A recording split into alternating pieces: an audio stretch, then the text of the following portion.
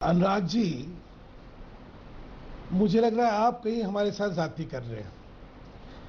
उपचुनावों का एक अपना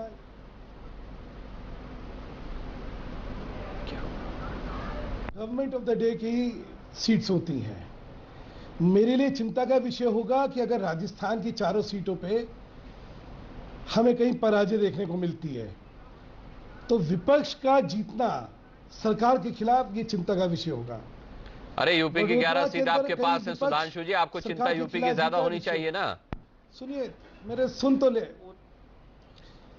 अनुराग जी, अगर बोलने देंगे तो बहुत अच्छा। नहीं, आप ही से पूछा है ये भी अगर सवाल आपको 2007 के पहले का परिदृश्य, मैं वही बता रहा हूं ना, उत्तर प्रदेश 2007 के परिदृश्य का अंदाजा हो तो 2000, अरे उत्तर प्रदेश की बात कर रहा हूं, सुन तो लीजिए ना, मेरी बात तो सुन ले। उत्तर प्रदेश की बता रहा हूं आपको।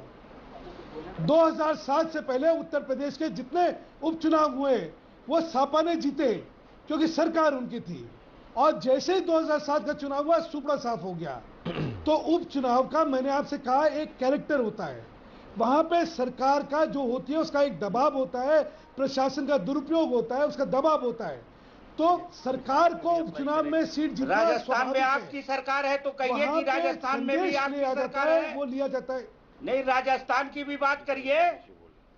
मैं तो खुद ही कह रहा हूं आपसे साहब, मैंने खुद ही आपसे क्या कहा कि अगर राजस्थान में हम लोग अगर हारेंगे तब मुझे चिंता होगी, क्योंकि उपचुनावों में सरकार जो है उसका प्रभाव होता है, उसका दबाव होता है।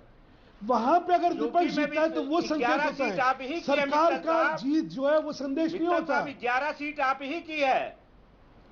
ठीक है जफर अमीन साहब, हमारी 11 सीटें हैं, लेकिन सरकार जो है वहां पे समाजवादी पार्टी की है, उनकी गुंडाई और उनका दम और सरकार का दुरुपयोग। तो योगी आदित्यनाथ कम मेहनत नहीं कर रहे आपकी तरफ से। आपको उदाहरण समझा रहा हूं। राजस्थान में आपकी गुंडाई है, राजस्थान में आपकी गुंडाई है, जहां प्रशासन पूरी मेहनत करता है, राजस्थान में जहां प्रशासन पूरा मेहनत करता है। नहीं मित्तल साहब, आप राजस्थान में आपकी गुंडाई है ये मानिए।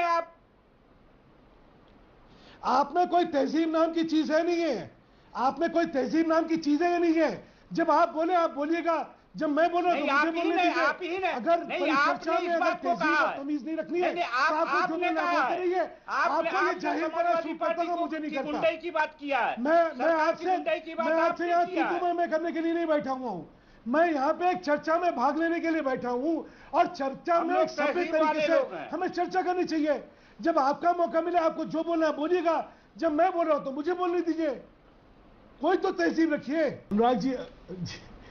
अनुराग जी, कितनी हास्यप्रद बात मेरे एक फाजिल दोस्त कर रहे हैं, और मुझे लगता है जो दुनिया देख रही होगी उनको भी इनकी बात पे हंसी आ रही होगी।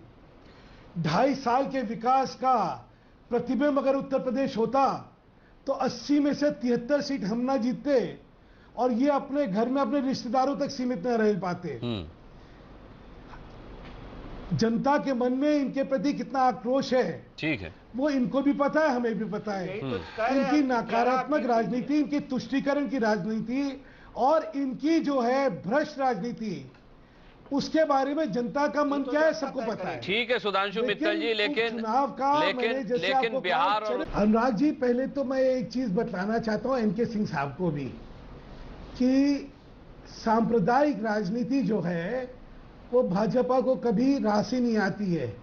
इसलिए अगर किसी को चुनाव की दृष्टि से सांप्रदायिकता का सहारा लेना पड़ेगा तो वो खुद गलती करेगा, और कम से कम ये गलतियां भाजपा नहीं करती है। अगर आपको ध्यान हो को अयोध्या का, अब देखिए बीच में बोलने का ना करें तो अच्छा है।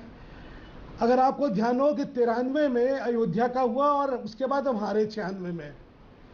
उसके बाद अगर आपको ध्यान हो कि गोधरा हुआ, उसके बाद हम 2003 में हारे। तो कम से कम भाजपा को राजनीति का ध्रुवीकरण सांप्रदायिक लाइंस पे करना, इसकी कोई जरूरत नहीं है। आज हमारी एक साख है, आज हमारी एक विश्वसनीयता है, एक हमारी प्रति लोगों में उम्मीद है। तो जहां तक चुनावों के मुद्दों का सवाल है, भाजपा को अपने मुद्दे के हिसाब से चलना है। हमें ये सांप्रदायिक राजनीति में कोई दिलचस्पी नहीं है। आपको होगी, आपको कहने में होगी, आप कहते नहीं, हमें कोई फर्क नहीं पड़ता, क्योंकि ये सांप्रदायिकता 2014 के लोकसभा के चुनाव में सब लोग करते रहे। चाहे सापा हो, चाहे त्यागी जी हमारे दोस्त बैठे वो हो, और जितने विश्लेषक हैं सब लोग सांप्रदायिक राजनीति करते रहे। त्यागी जी, आप अपने नेताओं के आचरण का अगर ध्यान रख ले तो बहुत ही अच्छा हो जाएगा। हमारे नेताओं को हम पे छोड़ दीजिए। नहीं, आपके नेता ध्रुवीकरण करने की कोशिश कर रहे हैं, लेकिन उसके बाद ध्रुवीकरण हो नहीं पा रहा। सुभाष मित्तल साहब, हम तो अपने नेता को ध्यान रख रहे हैं। कांग्रेस पार्टी कभी भी जातीय विद्वेष और धार्मिक विद्वेष की राजनीति नहीं करेगी, इसलिए 89 से लेकर आज तक आपसे बातचीत करने में कोई दिलचस्पी नहीं है। आपसे मैं जब बोल रहा हूं तो बीच में ना बोलिए, आप जब बोलते हैं मैं बीच में नहीं बोलता। ठीक है, बोलिए मित्तल जी, बोलिए बात करनी तो बोलिए, समय कम है, बात रखिए अपनी, समय कम है, बात रखिए। आप नाराज मत होइए और फिर बात करिए। आप नाराज मत होइए, अपनी बात रखिए। राजीव गांधी जी हिंदुत्व को भुलाने के लिए,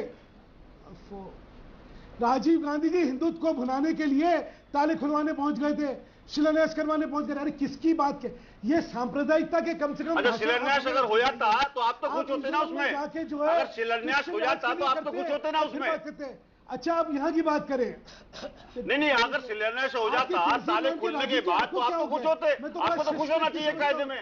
मैं तो आपको बड़ा शिष्ट व्यक्ति समझता हूँ, और अभी पे रहिए प्लीज। शिष्ट व्यक्ति होंगे मैं तो कभी जानता ही नहीं था। चलिए ठीक है, आज आप नाराज, आज शुरू से आप नाराज हैं साहब, ठीक है। मैं जब बोलता तो आप चुप रहिए।